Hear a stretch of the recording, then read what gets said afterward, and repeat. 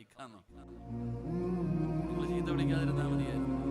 അച്ഛനെ ഞാനൊരു വീട്ടിൽ പോയപ്പോ ഭർത്താവിനോട് ഭാര്യ പറയടാ നിങ്ങെടുക്കടാ. ഞാൻ വിചാരിച്ചു ആരെയും അള്ളാഹി വിളിച്ചത്. ഭർത്താവിനെ വിളിക്കുക എടാ, പ്രേമിച്ച് കെട്ടുന്ന എങ്ങനെ എടാ വാടാ പോടാ ബന്ധമാണല്ലോ.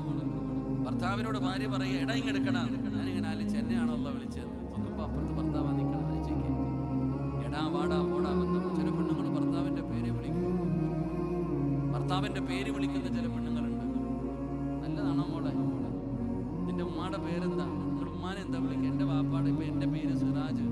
എൻ്റെ മോൻ സിനാൻ എന്നെ കാണുമ്പോൾ സിറാജ് വാപ്പ എന്ന് വിളിക്കണോ അതോ വാപ്പ എന്ന് വിളിക്കണോ? ഇവിടെ ഓരോരുത്തർക്കും ഒരു സ്ഥാനവും ബഹുമാനം ഇല്ലേ?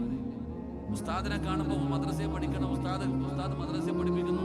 ഇവിടുത്തെ ഉസ്താദിനെ കുട്ടികളെല്ലാവരും അൻവർ ഉസ്താദ് എന്ന് വിളിക്കണം. പേര് കൂടെ ഇട ഏതെങ്കിലും ഒന്ന് വിളിക്കട കൈ. ഓരോരുത്തർക്കും ഒരു ബഹുമാനമുണ്ട്, ഒരു ആദരവുണ്ട്. ആ കൊടുക്കേണ്ട സ്ഥാനം